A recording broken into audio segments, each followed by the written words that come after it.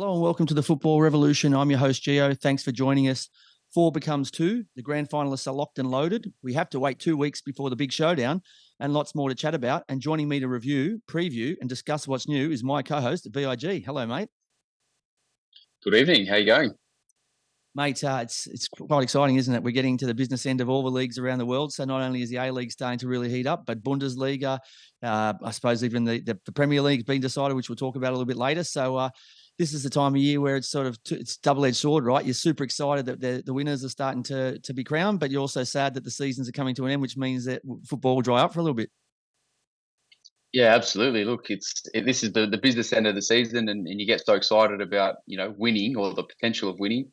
But like you said, at the same stage, it's a bit saddening because it's all going to finish quite soon. So we've got to enjoy it while it lasts. No, we have to keep watching highlights or something, or maybe is there something else to entertain us? Look, we've got the Women's World Cup to watch over the break, so Yeah, we do actually. Yeah, that's coming up too. That'll keep us entertained for a little bit, and hopefully by the time that wraps up, and maybe the Matildas are lifting a World Cup, and that'll kick us into the next season. You can only dream. Sensational Adelaide talent Nestoria Racunda now apparently has International, the Champions League finalists, AC Milan and Liverpool joining Bayern Munich, lining up for his signature. So is there anyone at the moment I think you and I are trying to buy him to bring him on the show and get him as a host? Yeah, look, there's been a lot of talk, a lot of chat. Yeah, look, he's a talent. He's a massive talent. And the clubs are circling now, and once one club got word of it, and the word got out, then there's a few others jumping on board now, and they all want a piece of him. Mate, if you were pressing the button here, where would you send him? Oh God, look, all those clubs mentioned, and the previous clubs mentioned are all great destinations. Your eyes light up as a young kid when you're linked with a club like that, or someone is linked with a club like that. So it's a tough call. I said it before. I said that wherever he goes, they need to have a plan for him. They can't just be taking him and just throwing him anywhere, loaning him out to any old club. I want to see a progress plan. How is he going to go from being, he hasn't started a match for Adelaide. So how's he going to go from, what's his transition like from going to the A-League, overseas, playing regularly and then breaking into the first team? What is the plan there? Which club can present the best plan to him, and then he can make a calculated decision about where's best. Not just going where the money's best. It's easy to just see the dollar signs and jump on board.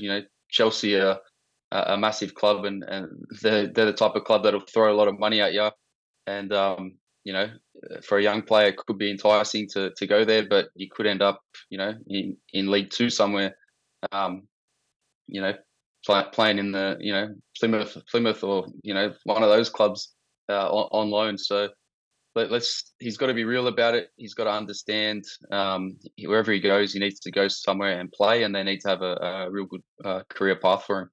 Mate, you still didn't give me an answer, so we'll just take that as to be confirmed. But take your pick. The good thing for him is though that usually when you go to these clubs, you worry you're not going to get a lot of game time. You'll probably get more game time at one of these clubs than he is getting at Adelaide at the moment. But we'll touch on that a little bit more later in our revolutionised roundup. 26 teams proceed to the next stage of the national second tier process. Blacktown City, the biggest dropouts. So it's starting to gain momentum. It's starting to look like this could get some legs and finally get off the ground. And Stage 1 would obviously be a second-tier men's competition, but then obviously promotion relegation is something that needs to be added in. But this would be a great first step. Yeah, definitely. Look, we're moving in the right way.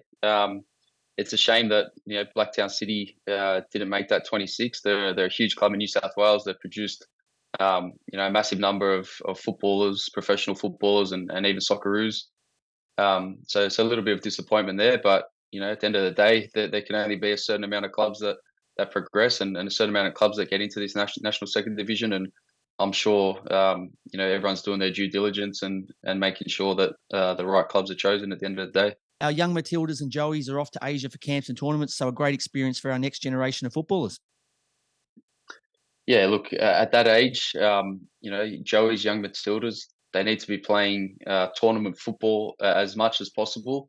We need to be getting these squads together as much as possible, and the only way for them to progress and to learn how to play a certain way and really gel together as a team and really shine on the Asian stage and the world stage is to be playing in these competitions against quality opposition. So looking forward to seeing what they can do.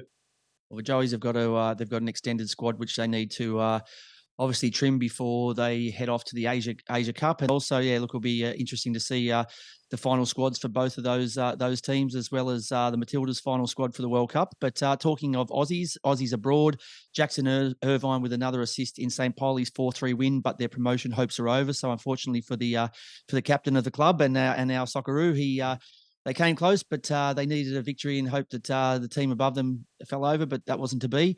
Matty Ryan kept a clean sheet as his side, AZ Alkmaar, put European disappointment behind them with a 3-0 victory and plenty of minutes for our multiple Aussies in Scotland.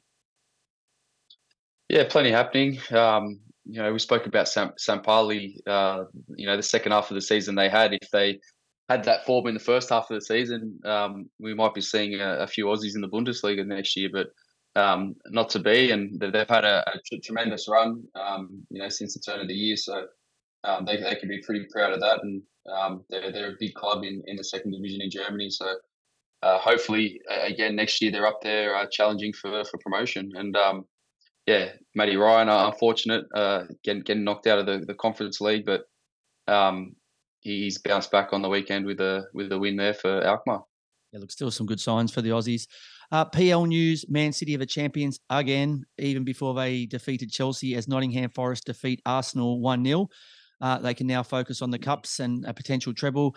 So not only did that help City to claim another title, but it also meant the Forest pushed themselves clear of relegation, so they can breathe easy now and start to look towards another season in the Premier League. Newcastle and Man United both just need a point from their remaining 2 games to clinch a Champions League spot. So Liverpool have only got a game in hand and they're sitting just behind, but all they need, so destiny's in their own hands for both the Geordies as well as the Red Devils.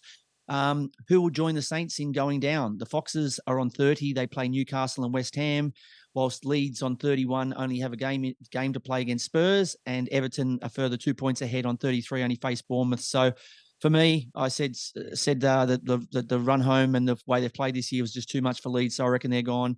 And I also reckon that the Foxes will also join them, because I think Everton, that's a nice draw for them. They're on the most points, but also the Bournemouth have got nothing to play for now, right? They can't finish anywhere much higher or lower. They've had a great season. So for me, it'll be, unfortunately, Leicester, Leeds and Saints all going down to the Championship. Yeah, look, it's you never like to see it, but look, unless Leicester pull out a miracle, I can't see them surviving. And literally a fox out of the hat. And like you said, the back end of the season for Leeds has just been abysmal, and probably caps it off with their loss to West Ham. They're up 1-0. Then they have Patrick Bamford come off, and they ended up losing 3-1. And I think the wheels are pretty much off at Leeds, or they're driving down the street with one wheel still hanging on and 3 off, and the rim scraping the road. But yeah, look, it's disappointing, obviously, with Leeds. The connection that they have with Australia, and Harry Kewell, Viduka, Jacob Burns. So as an Aussie, you never love to see them go down, but they just haven't been good enough this back end of the season, or even the start of the season, really. And I think Everton might just scrape out of this one by the skin of their teeth. We've said this a million times, VIG. It's so cutthroat now. There's so many good teams, competitive sides in there, that if you have an off couple of games, all of a sudden you find yourself in a hole you can't get out of. So, look, we wish them all the best. We've got no preference here. As long as Spurs have stayed up and United have stayed up, you and I are both okay. So, but look, let the best teams stay up, and the teams that aren't quite good enough, unfortunately, hopefully bounce down and bounce back up again. But Player Escape Room, we are joined for a chat by one of the nicest guys in the A-League, Newcastle Jet star Brandon O'Neill. Revolutionised roundup of the 2 men's semi-final second legs. And is there anything I didn't see? BIG. Yeah, well, we haven't mentioned that Bayern Munich lost 3-1 to RB Leipzig over the weekend. Meaning, I've been celebrating at the moment, but not too early. Oh, just calm it down a little bit. But Dortmund obviously won their game to jump Bayern. I think they're now 2 points ahead with going into the final game of the season. So huge for Dortmund. Bayern have won 10 straight now, I think it is. So um, it's about time that their run is over and Dortmund potentially lift the Bundesliga again for the first time in a very long time. I think Klopp was there last time they did it. So it's going to be a huge match this weekend with big two games that kick off at the same time this weekend. Cologne and Bayern, and then Dortmund at home to Mainz. So no better place for the BVB to lift the trophy than in front of the big yellow wall.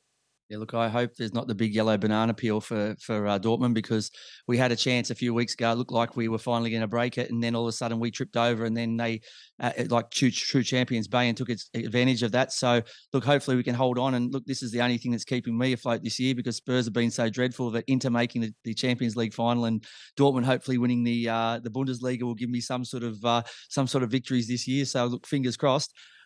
So my weekly wrap has been replaced by a shout out dedicating a weekly song to a team or a player for their good or bad performance. This week's shout out goes to Pep and Man City, who captured another Premier League title and have made the Champions League final to face Inter, and the treble is still on the table. So plenty to play for the for the boys from Manchester. It's been an amazing few years for them, and look, he's probably stamped himself, if not the best coach of all time, definitely in the top two, probably with Fergie. But the song we send to them is Quinton Hudson's stylish track, Can't Stop Winning. Everybody want a piece I'm building. I can't help but listen to the boy that's always winning. Can't stop winning. To the boys that I can't stop winning. Can't stop winning. Everybody want a piece I'm building. Can't stop winning. To the boys that I can't stop winning. Can't stop winning. And the truth of the matter is they can't. They just seem to, even when they look like this year they were in trouble, they found a way of getting out of trouble, and they've got that absolute beast known as Haaland, who just knows how to score, and everybody else is just raised to another level when the going gets tough and gets down to the business end where you need someone to stand up. They've got multiple people where a lot of teams have players go hiding. They're all tripping over each other to try and get the win. So congratulations to them. Doesn't make my heart sing, but I'm sure it does for those City fans. Yeah, look, they're just they're a phenomenal team to watch. The style of football that Pep has in playing is, it's nothing like we've seen before. Even the team that he had at Barcelona, I don't think they quite played like this. And I think he is, one of the greatest coaches of all time. He's turned John Stones from an English centre back that wins the ball and clears it and heads it out to a ball playing midfielder / right back / centre back. I think I wouldn't be surprised. I know Haaland's scored 50 goals this year, but for me, John Stones has been the biggest revelation in that team. The way he plays now, and I think he's probably up there with the best centre back in the world at the moment. Just the way he plays. He's a centre back with a midfielder. I don't know. Pep's turned him Spanish or something like that. So I don't know what he's done with him, but he's just an absolutely brilliant player at the moment. Yeah, Stones Ramos is his new name. But yeah, look, and the sad part is for all us, Spurs and Man United non-City fans, is the fact that they're chasing now Declan Rice and a few others. So it just gets worse and worse. But look, good luck to them. It's time for our revolutionised roundup of the semi-finals, leg 2. So we both, because there's only 2 games, we both have a match of the day where we'll talk about the score, the goal scorers, the players of the game, the turning point, and what we would have changed, either Coach Gio or VIG, to get a different result for the losing team. We've switched this week, so I've taken the Melbourne City and the Sydney FC game, and you've taken the Mariners and Adelaide. So I'll kick off with the first one, which was City welcoming Sydney for the second leg to Melbourne. The final score was 4-0 to Melbourne City, which made it 5-1 on aggregate. So it looked like it was a pretty easy win for City. But the goal scorers were Curtis Good in the 37th, Jack Rodwell with an own goal in the 59th, Marco Tilio in the 67th, and Van der Veen in the 82nd. For me, the player of the match was Marco Tilio. He hasn't always been in the City lineup this season, but he's hit top form at the back end of the season. He was way too hot to handle for Sydney. Surely there's huge interest in this special Aussie talent overseas, and he helped himself to another goal and terrorised the 10-men Sky Blues for pretty much the entire game. Yeah, he was good, wasn't he? It's a shame because it was 11v10 for majority of this match, and I'm sure you'll touch on that shortly. But yeah, he was, when you've got a team like City playing against, against a 10-man side, they're going to knock the ball around. They're going to break lines. They're going to get it behind you.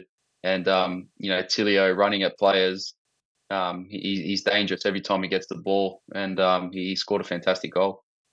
Yeah, look, I think, the reason he's so enjoyable to watch too is because he is short. He looks like some sort of draw. You don't even see him running, right? You just see him guiding and gliding just slightly above the grounds, right? So you don't actually see anything underneath. All you see is this object just floating around. His legs are paddling like this. It's like brilliant. A doggy paddle underwater. But he's so enjoyable to watch. And you know what? As much as City fans won't want to hear this, you could see him easily playing in Europe over there on the left flank, causing all sorts, especially when he's getting a lot of good service. And, like I said, the training even steps up another notch. So look, I'd love to see him over there, and that's not any disrespect to City, but I think he's been fantastic the last couple of seasons, and I think he's ready to go to the next level. The turning point for me, everyone in the whole of Australia knows what the turning point.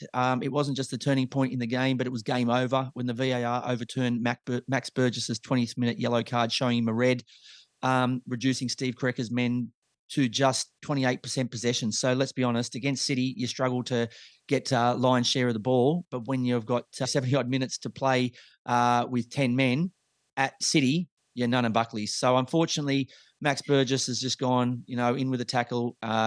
There would look like there was no intent there, but unfortunately it didn't turn out well for him. It looked a lot worse than it actually probably was. And, straight away he raised his hand and thought, maybe I've got away with one here because it's just going to be a yellow. But look, as hard as it is, as much as it wrecked Sydney's chances, as much as it probably ended Sydney's season and it was heartbreaking for Max, it was probably a fair call, right?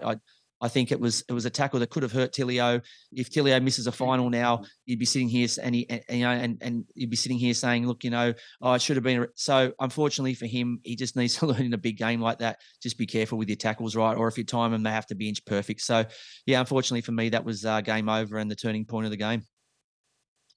Yeah, 100%. Look, it's an unfortunate event. Like you said, no malice in it, no intent to go in and hurt the player, but when you go in like that with your foot raised and studs showing and you do connect, whether that connection was full force or not, I think he did pull out of it. But when you do that, you run the risk of, especially these days with the VAR, you run the risk of, if you do get a yellow, that getting overturned and the red card being issued, and that's what happened. And unfortunately, I think the VAR made the correct decision, and he's going to have to live and learn from that. And it was a shame because the game was shaping up, to be a real, seesawing affair, whether Sydney could have held on, for the 90 minutes anyway with 11 men. I'm not too sure, but it did pretty much kill their chances then and there in the 20th minute. Yeah, look, I think what could they have done or what would I have done to change it? I don't think there's anything that Sydney's bench could have done. Poor Sydney did all they could. They fought hard, only conceding one goal before the 60th minute when an own goal made it 2-0 on the night. What didn't also help was that Robert Mack was unavailable, never travelled to Melbourne, and Lolly was on the bench. So I'm guessing he must be injured because he hasn't. If he was fully fit, you'd be guessing he'd start. So taking out two of their best players this season was a lot to ask. Then you go play with 10 men for 70 minutes. So it all, I think, just accumulated in just too much for Sydney. And look, maybe the way that they finished the season and they've ended up, losing semi-finalists against, potential.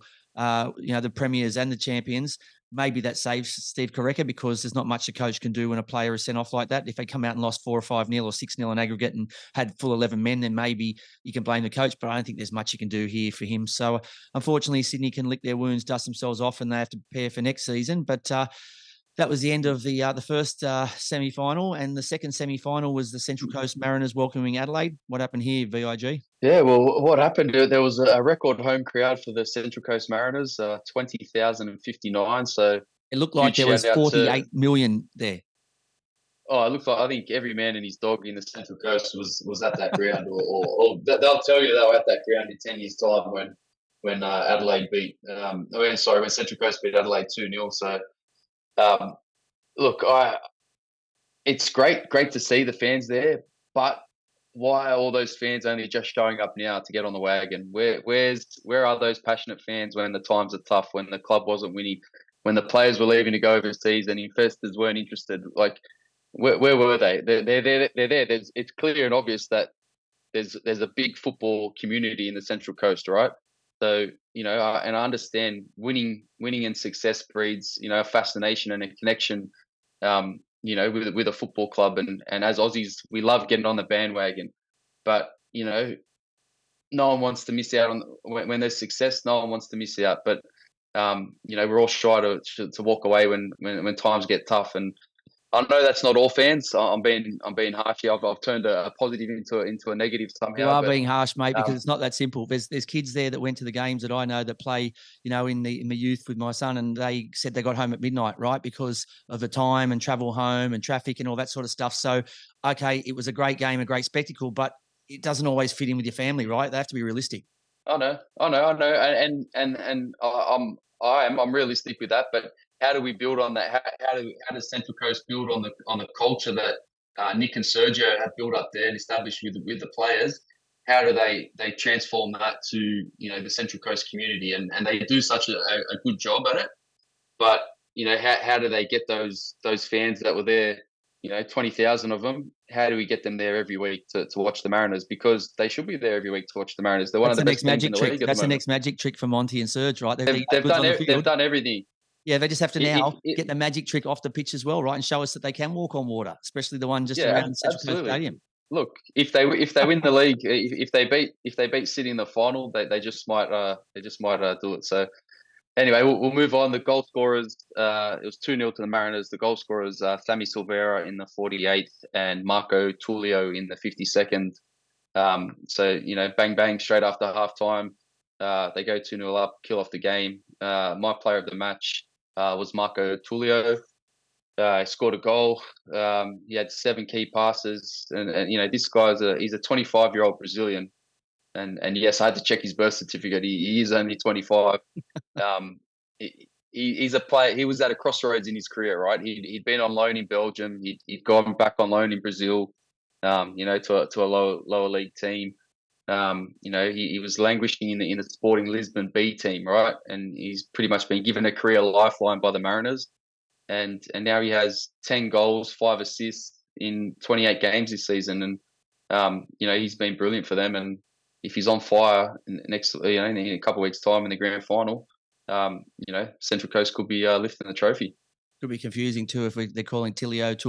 We won't know if it's tomato. Let's call the whole thing off, right?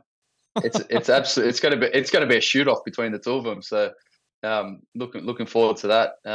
The turning point in this one, I thought Adelaide did pretty well for the first 30, 35 minutes. The game was back and forth. I think Vukovic and Gauci made some good saves, but Buff was very unlucky, wasn't he, when he hit the post? It was a beautiful strike.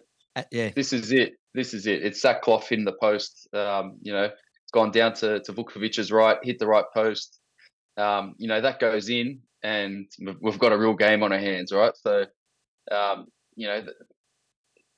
call it luck, call it what you want, but Central Coast get away with one there, and they go into half time. 0-0, and then they just come out in the second half and on the back of that crowd, get the job done and get through to the final. Yeah, not only that though, I think that not only would have made it 1-0 to Adelaide, but to go from defending a corner and going length of the field, it would have been a massive hammer blow, right, to the Mariners. So I'm with you. I think that severe turning, and also that 5-minute period where they just switched off and conceded 2 goals, which didn't even give them a chance to get in the game. It was just game over for a 5-minute nap, like a cat nap, and it's game over. So, look, unfortunately for Adelaide, it's been a good season, but they've fallen a bit short. Yeah, definitely. And look, I don't know if they could have done too much to change the outcome, but we've been screaming for Irankunda to start a football match, all season. Why not now? If it wasn't last week, why not this week? They've gone with Clough as sort of a winger, and they've got Alagic sort of playing as your 10. Why not play Clough as your 10 and play Irankunda, out wide, or playing Irankunda, up top as a 9, play 2 9s, or him just in behind. So, I know they brought him on in the second half, but we've been saying this. I sound like a broken record, I think, when I talk about Adelaide every week. But you know, you got to have him on from the start. Yeah, look, I totally agree. That's the end of our Revolutionise roundup. Up after the break, we welcome to the Player Escape Room Goal of the Year contender, Newcastle Jets, Brandon O'Neill. You're listening to the Football Revolution. Joining us now in the Player Escape Room is a man who was an excellent signing by his club this season. Please welcome to the show Newcastle Jets star midfielder, Brandon O'Neill. G'day, mate. Welcome to the show. Hey, lads. Thanks for having me. It's an absolute pleasure. We've been trying to get you on for a good 18 months now. So finally we get our man, right? Finally, it's exciting. Finally. The hard work pays off. Mate, how's everything with you? Dad life here. I'm just a father now. Unfortunately, you're a lot more than that, Brandon. Okay, you can't sell that off yet. You've got to be retired for at least 5 to 10 years before you can call yourself just a father. I hope to play till the wheel falls off. So if we can get to 40, I'll be laughing. Mate, you're on the right league. As good as we like, as much as we like the A League, is the recycle bin. So, mate, there's 6 other clubs you can go to before you can hang the boots up. There you go, eh? There you go. You still look 26 anyway. We'll just leave it at that. Oh, thanks. I'll pay you. Jesse, thanks, mate. Mate, firstly, bad luck this season. Unfortunately, not making the finals. You were in the race, but only picked up 5 of a possible 27 points in the last 9 matches. What could the team have done better? Yeah, it's a belter question. I think, you look at us as a starting 11 and then the bench, and you just look at the squad on paper, you go, yeah, we're a pretty decent team. And I think fundamentally we look back in this season and you can delve into a lot of things. You can go from A to Z and what we could have done better and this, that and the other. But I think when you look at the team and you look at the way we set up and how we played our football, I think you couldn't really complain with the approach we took. I think just in the big moments, whether it was scoring, whether it was not conceding, whether it was actually game management, I think maybe the inexperience of just a young team. We're a very young team. We're together for the first time this year, and a lot of new bodies in the club. Learning a totally different way of playing under our boss. And unfortunately, last game of the season, I felt like I had the best half of football I had all year, and then I go out the second half and get sent off. So it was just, unfortunately, summed up my year and probably summed up our year. On the flip side, we've got a hell of a lot of growth and a hell of a lot of potential because, again, you look at the people that we have at the football club, we're a talented bunch. Mate, is that the first time you've heard those stats? 5 of 27 points in your last 9 games, or has Arthur and that made that very clear to you that was the end of your season? Yeah, when we when you say it like that, and when we were doing a video session and we were looking at, okay, well, literally, what does our run look like and how many points we can get and what's our total? Yeah, it was 27 points up for grab, and I tell you now, we were going for more than 5. Put it that way. And that's probably the unfortunate upsetting thing is we were in so many of them games. Away to Melbourne City, you 1-0 up with 10 men, and unfortunately, a large part of that second half when we were playing against them, they were probably the better side. And again, it's probably just that game management of understanding you're 1-0 up and how to make sure you walk away with them 3 points. Like I said, it makes for a hungry off season, a belter pre-season, and then a magic year next year if all goes to plan. Maybe you need a few more Beckers. You've only got 2 at the moment. Maybe you need a few more of those. A few more. If you want to be a bit Becker, get a couple more Beckers. Isn't that how it goes? It's the only way. B2, B3, B4. We'll have the whole Georgian national team. It's true. Mate, I'm glad you did touch on a little bit about finishing and dominating games, because the quality in your squad, you should have made finals this year. And on so many occasions, I've watched games, you've dominated the match, you've created the better chances, a lot better than your opponents, but you just couldn't score. What do you think the problem was? I can suggest you maybe introduce some huge goal bonuses or even holidays, etc. next season. Maybe that can tempt the goal scorers to make sure they score rather than hit the corner flag or the grandstand behind the goals. But how could you imagine that goal bonuses? That'd be God. You'd probably have, if you did that to all the teams, you'd probably have the most goals scored ever in the league, I think. It'd be actually good value to watch. Also, if you added a couple of digits on for quality of goal, I think Brandon's this year would have got probably top max he can get. Right, would have been maxed out. Yeah, maxed out. Yeah. Max contract for that one. Absolutely. Not the whole close your eyes and just kick it as hard as you can. Mate, Yeah. teach me that then. I don't know. Do No you problem. run a coaching clinic on how to shut your eyes and strike like that? I'm in, mate. If you are, I'll be there every session. I'll just practice it in front of my mirror at night time and away you go. Yeah, goals this year. It's another great question. I felt exactly what you just said there, Gio. We, as we tried to do, we play a certain brand of football, and obviously it's high tempo, quick style, and you try to catch the opposition on the back foot, and it's a really enjoyable way of playing, especially when you're up and going and you're energized and you can feel things are happening in the pitch. And what was really pleasing is when we had the ball, we were able to manoeuvre it quite quickly and quite well up to that front third. And I think I'd be a rich man if I was able to put my finger on something that was to change our season in front of goal. And sometimes you've got to stick your hand up and you just say, like, it was one of them seasons. In front of goal. Build-up play was harder than finishing the chance, and it's like you watch the score line, you go, you lost 1-0 or 2-0, then you watch the highlights and you're thinking they could have scored 15 goals here. Like, and every time I'm watching, I'm thinking surely I've watched the wrong score line here because they've done this brilliant build-up play. The guy's 4 meters out, and then his header hits at the corner flag, and it's like I just understand this.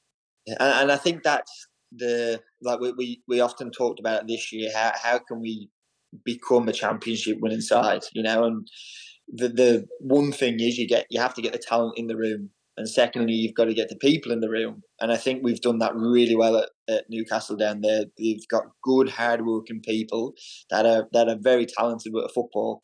The third missing bit is you've got to create a momentum building winning team that understand how to do it, and then make sure that becomes the norm. That's the challenge now for the team this year, is we need to be able to, from day one pre-season next year, we need to find a way to bring that into our system and make sure that becomes the normal. And it's probably the hardest thing to do in sport because everyone's looking and trying to do it.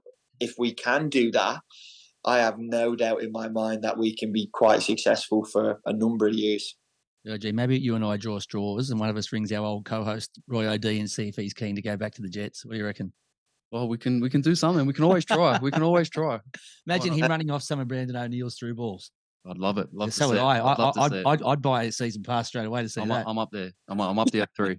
Get me up there. He's a good lad, Roy. He's a good lad. Football's full of ups and downs, highs and lows. No better highlighter than your stunning strike against MacArthur to win the game in stoppage time a couple of weeks back. But following that, 2 soft yellows in the F3 derby, which affected your team's chances of victory.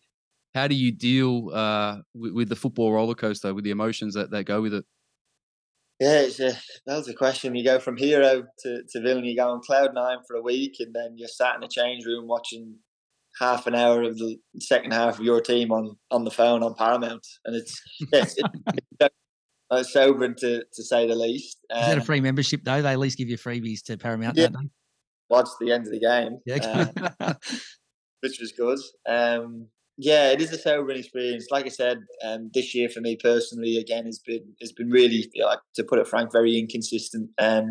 Starting from pre-season, injury, you work your way back to full fitness, and for anyone else listening out there, I take my hat off to people that can spend a period of time out of the sport, come back, and then be ready to rock and roll week one. I've learned having injuries, it takes me at least 4 to 6 to 8 weeks to even get my legs going.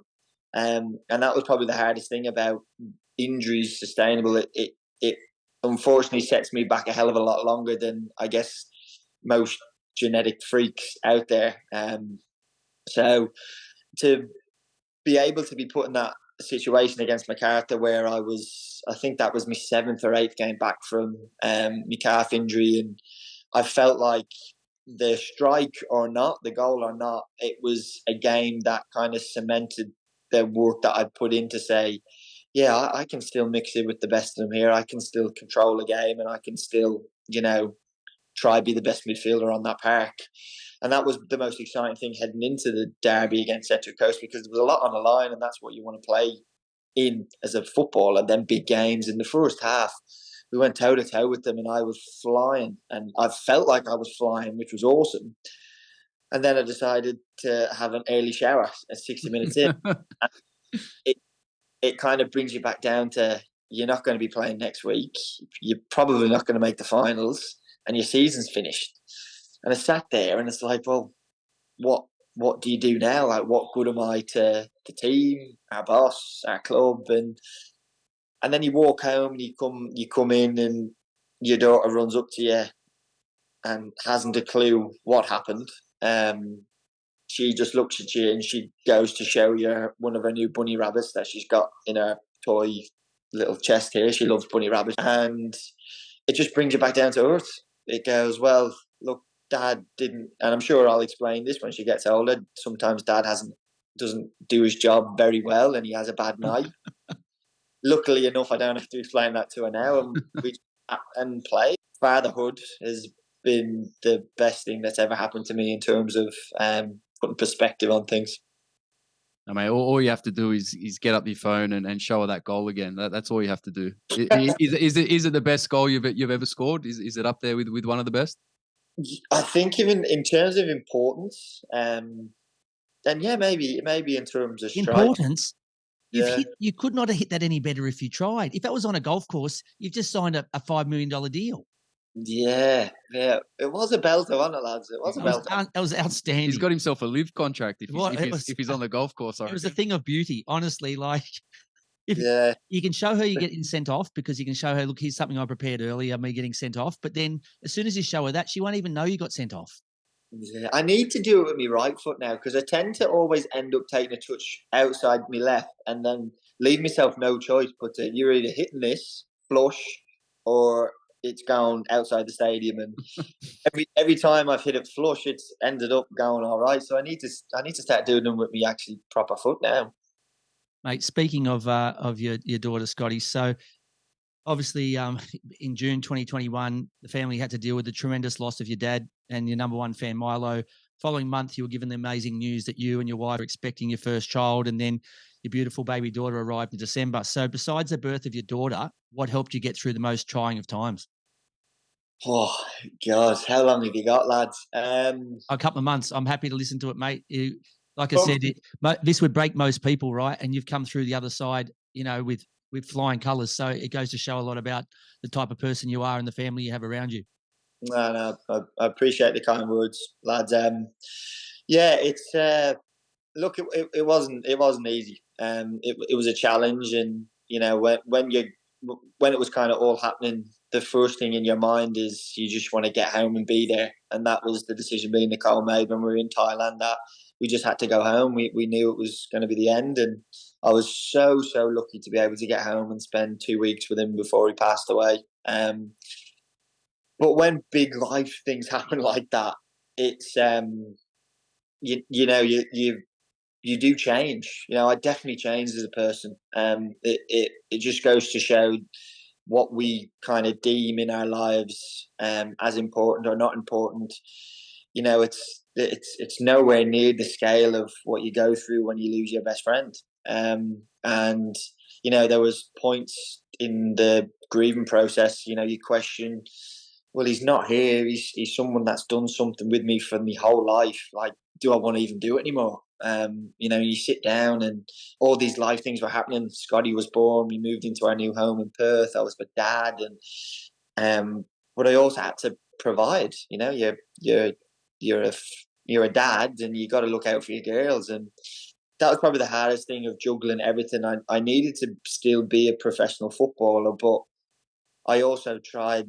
I needed to grieve at the same time, and the grief was pushing me one way, and football was pushing me another, and family was pushing me another. And I often just sat down after training going like, I just need to get on a deserted island somewhere and just really work this all out. And it got to the point, the end of my glory days there at the club, where I made a decision that, with as weird as this sounds, I've gotten to the stage with grief now, is where I chat to my old boy as if he was still here, but he's not.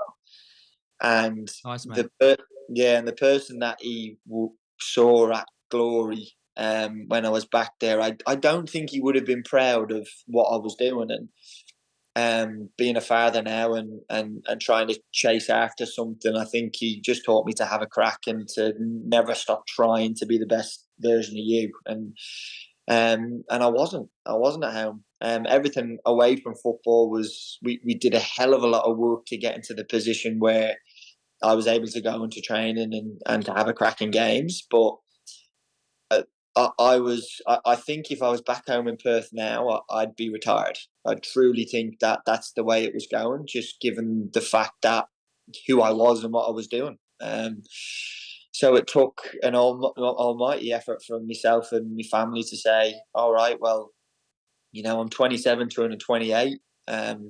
What do we want out of this? And that was probably the bravest sit down me and Nicole and my mum had at that time. Is they just backed me in. They said, look, we're so happy to do what you want to do, as long as what you want to do is right, and what do you want to do?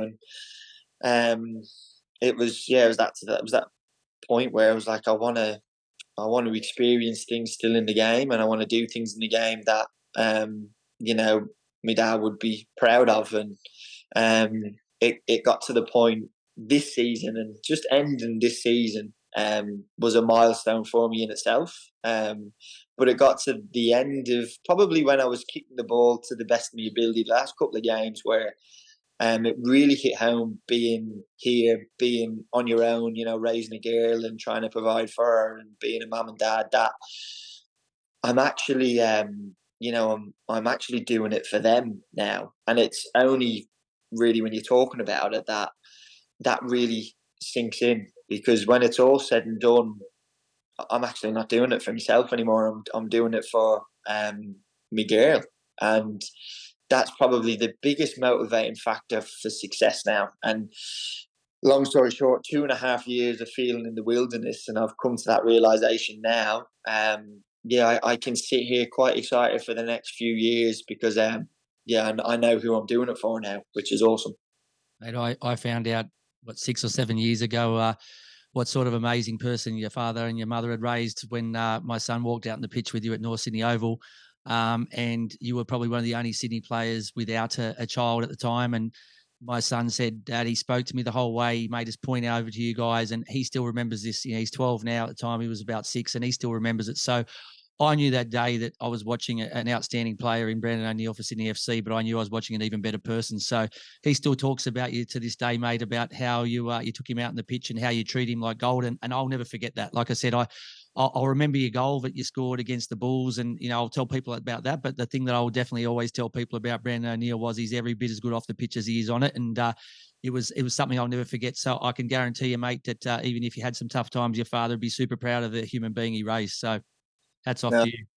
I appreciate that. Yeah, I think when it's all said and done, you're just a bloke at the end of the day, and everyone wants to be treated equally. And I remember when I was young, and you'd go out to big games and you watch professionals. All you kind of wanted to do was one of them to kind of get you noticed and have a chat and have a chin wag. And I feel like if we just normalise a lot of the things that we should be doing, then everyone can have a great time with the football, and whether you win, lose or draw. Stories like that, Gio, is awesome. It's why you try raise your kids in a certain way, and it's why you make sure that when people are there and you're chatting to people, you make sure you take the time to listen and put a smile on their face. Mate, I think you're a legend, but I'm not sure if your teammates will after this. So we'd like to play a game with you. Our first of our 2 games we play with our guests. Called 6 Aside. We ask you 6 questions comparing you and your Newcastle Jets teammates. We'd like you to be honest. If you get stuck, we're happy to help you out. You ready to play? Yeah, this would be a laugh. Okay. Who is more likely to pick up the bill? So if you go to a breakfast or a dinner and someone has to pick up the full bill for the team, you or Rene Piscopo? Me. You? Is he no chance? No, he is, bless him. Like he is. He plays in the All-Stars game. This guy surely can pay the bill. He can play. Don't worry about that. We know he can play, but can he pay? Yeah.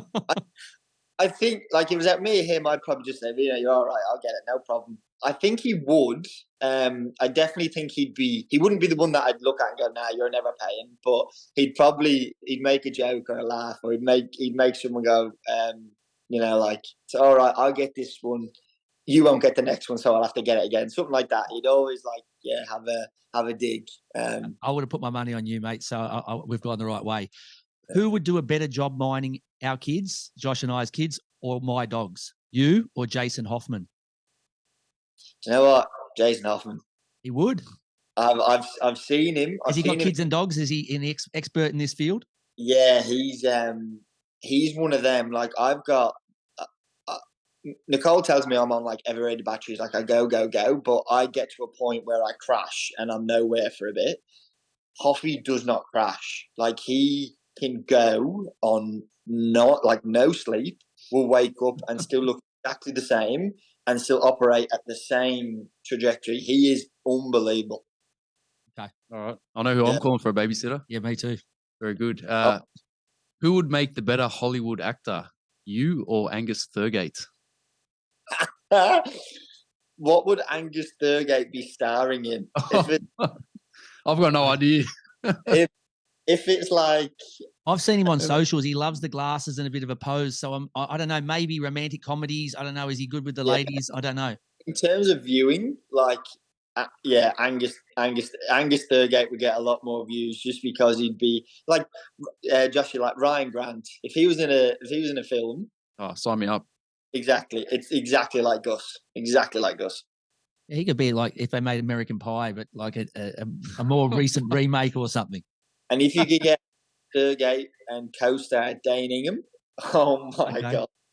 Dane Ingham's got that Stifler vibe, doesn't he? Yeah, I reckon we hit these guys up, see if we can get them on together.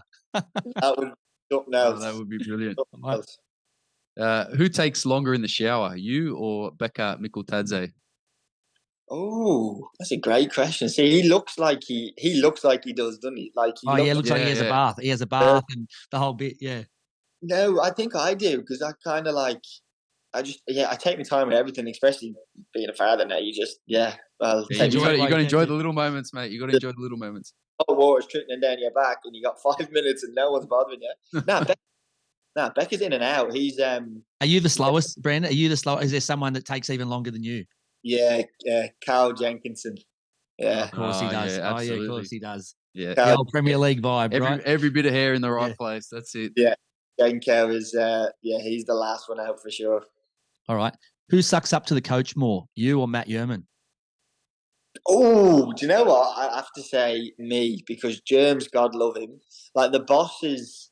He's hard. Like, he'll make sure that things are done, and it doesn't matter if Germs he's played I think he's gone to a World Cup or an Asian Cup. He's played in like big games. How many casts for the Socceroos? And the boss would go at Germs exactly the same way as he'd go at a youth team boy going in. And I think he expects, like, Germs is our club captain, and he expects a lot out of leaders of the team.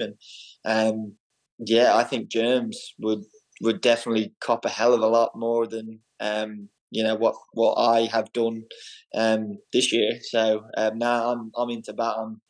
I'm definitely more of a suck up. The last one: who is more likely to be late to training or to the airport for an away game, you or Josh Sotirio? Neither.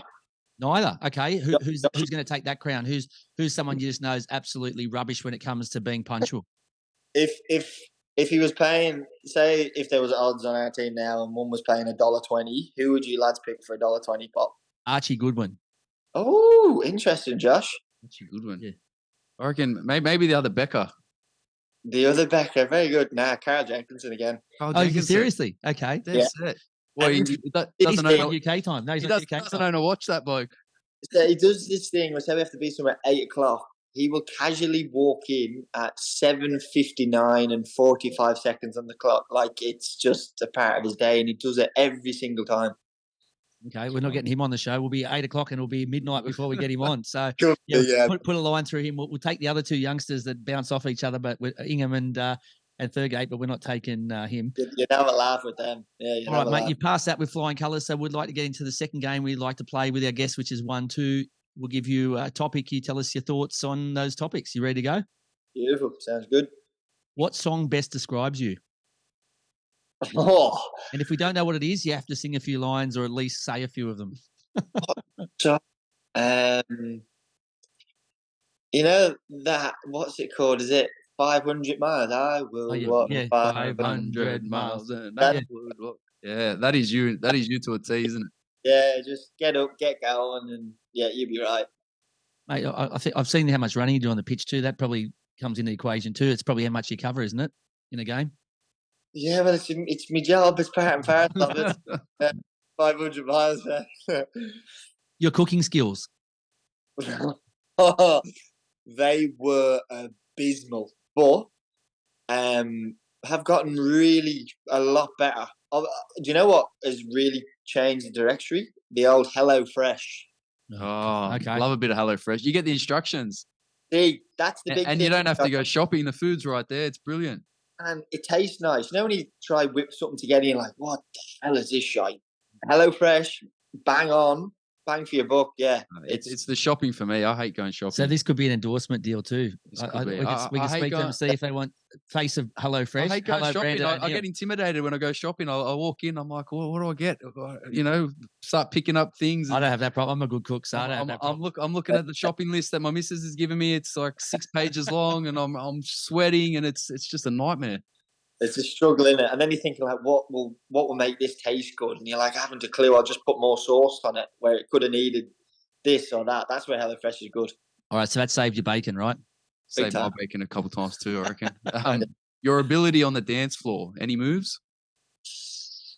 No, not Is there, can you just tell us then, is there any footballer that can actually dance? Every time we ask someone, they can't dance. They don't want to get on the dance floor. Like, is there any footballers that gotta can be actually one. dance? You're supposed to be coordinated with your feet. They're not handballers. There's got to be a few Brazilians that can move, surely. If you get Dane Ingham on the podcast, he'll give you. He's a bit of mover and groover. But so if that's the case, so we don't know, definitely you didn't impress your wife on the dance floor, right? So that's not where she thought, who's this bloke? No chance. I'm freckles. Yeah, I think I was quite fat when I met her as well. So not impressed with her anyway. Okay. Celebrity crush.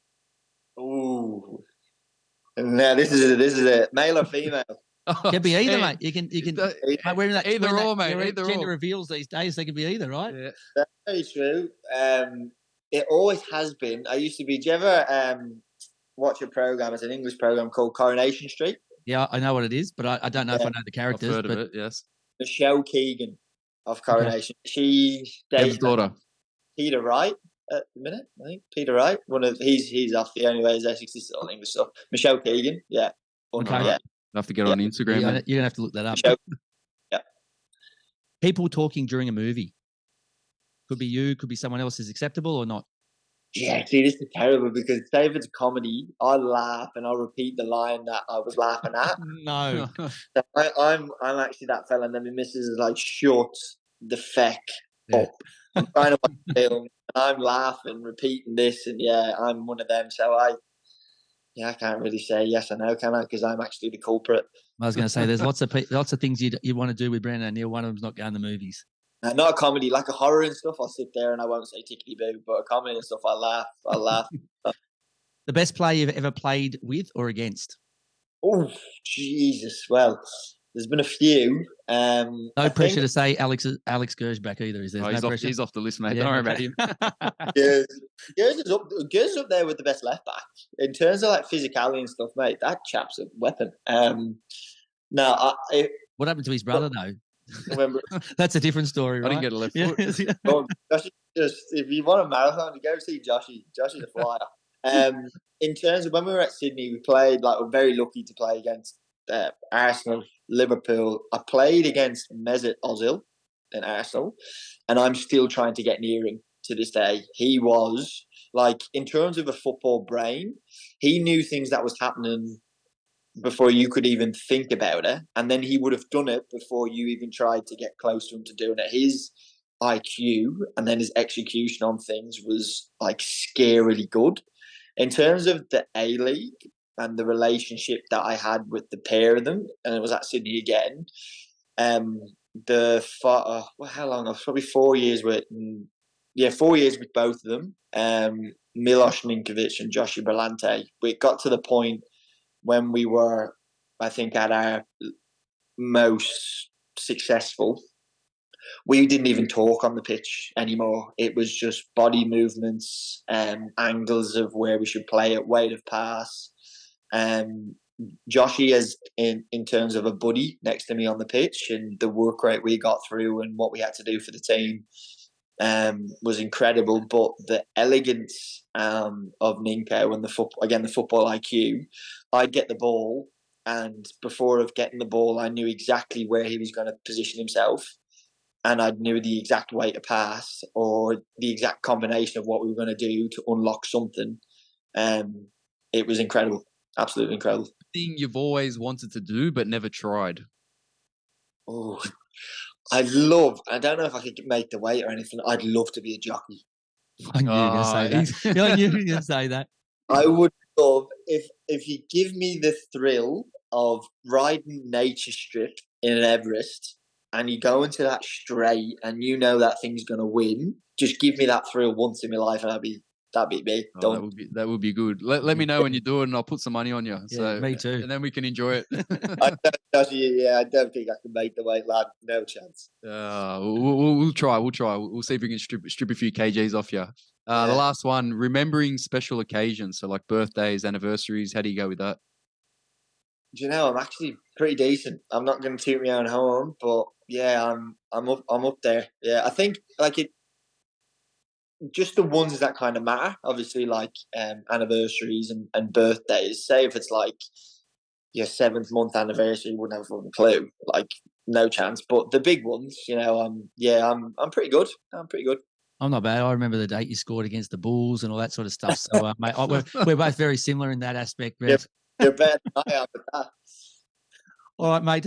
We really appreciate you making the time to come on the show. It's been an absolute pleasure chatting with you, mate. I know now you're close to putting your feet up and being able to enjoy some time with the family and with Scotty, and be able to do a few more dad things rather than just football things. But mate, you're still a few years off telling everybody you're just a dad. That's, like I said, 5 to 10 years after you retire. But it's been an absolute pleasure, mate, and we wish you all the best, and we'd love to check in with you again in the near future. I appreciate it again, lad. Sorry it took so long to come on. I knew when we get this chat, I knew we'd have a laugh and have a good chat, and definitely didn't disappoint. So, thank you very much for having me. All good, mate. It was worth the wait. It was way worth it, wasn't it? Absolutely. Thanks a lot, mate. Appreciate it. Thanks, lads. You're listening to the Football Revolution. Back to the show. It was a lot of fun chatting with Brandon, and we wish him and his family all the best. It's now time for our clinical finish. The first part of that is our WTF, our What the Foot. Trailing 2-1 away from home with no Ibusuki, Adelaide start Halloran up front as a lone wolf instead of unleashing Irankunda. This could be the trailer for a new movie. Honestly, what is Carl Veart thinking? Like, okay, you want to protect the kid. He gets 28 minutes off the bench after his team is down 2-0, hits the post and almost gets his team back into the tie. If he's not ready and you don't think he's capable, don't play him at all. But if he is, give him a shot. You haven't unleashed him yet. Give him half time, at least give him half a game. Like, what is he allergic to playing more than 20, 28, 30 minutes? Like, you can't put him on, or he's got a clause in there, or his parents said he can't play any longer, or they can't get into the game on time. What's the deal? What the foot? Well, I thought I was fired up about this, but you've been triggered. You've been triggered massively. But we like I said, bro, we're broken records. We could start a Irankunda podcast, I reckon, and we could talk about him longer than he actually plays each weekend. But I don't know what it is. I don't know what it is. Is there a clause in his contract somewhere saying if he starts a game, his price goes up, or he's got to be paid X amount? I don't know what it is, but I want to see him for 90 minutes. I want to see him starting football matches and influencing football matches from the start, not just coming on and and terrorizing the defense. Like you said, he hit the post. He had other chances to score. He almost got his team back in the game. But what if he was on in the first half and he gets that chance that Zach Clough gets and it goes in the back of the net? Anything could have happened. So yeah, what the foot. Mate, you triggered Why me are when we- you were talking why- about it in the revolutionised roundup. You had triggered me. I was absolutely frothing. Right, so it gets me almost as cranky as it does talking about Spurs. But yeah, look, the sad part is too. Look, if he's genuinely protecting the kid, he has 150% my respect. Right, but it cost you potentially a grand final. That's the long and short of it. So if you did it to protect the kid, fantastic. You're a great guy, great protector. You've done the right thing by him. But you've cost yourself playing in a grand final, and you've cost the rest of your team and the club a grand final appearance potentially. So there you go. There's the trade-off. Yeah, but if there was any time to gamble and to actually do it, it was now. What's the worst that could And- happen, VIG? Okay, he goes out there, he Yeah, gets tired, he what's- makes a few mistakes, falls over. Like what's the wrong? Yeah, It's not going to plays- self-destruct or malfunction or short Plays circuit. 45 minutes, plays 60 minutes, and then comes off. You replace him, whatever. But Maybe he's a I robot. don't know. Maybe he's a just- robot. Maybe his battery life's only 30 minutes. I don't know. He's good Maybe enough to be a robot. All he right, is a freak, isn't he? yeah, let's move on. No games to watch this week. There's a week's break before the men's showdown when CommBank Stadium in Sydney hosts Melbourne City and the Central Coast Mariners in the grand final, which we'll talk about in a bit more detail in next week's show. If you missed any part of the show or want to listen to other episodes, where can they catch it? Yeah, they can catch us on all good podcast platforms: Apple Podcasts, Google Podcasts, Spotify. Also up on Football Nation Radio across their platforms, and the video up on our YouTube channel. What about if they want to catch our new Irukunda podcast? Oh, it'll be out there. It'll be out there. It's only 30 minutes long, so Yeah, it is. No, we only play 20, y- 22 minutes of it. Even though it goes for All right. 50, we only play 22 minutes of it. yeah, that's it. All right. Enjoy some of the remaining fixtures in the leagues around the world, or have the weekend off. Either way, we hope you enjoyed the show even half as much as we enjoy bringing it to you. And we look forward to your company again next Tuesday. As we say, until next time, rise up and join the football revolution.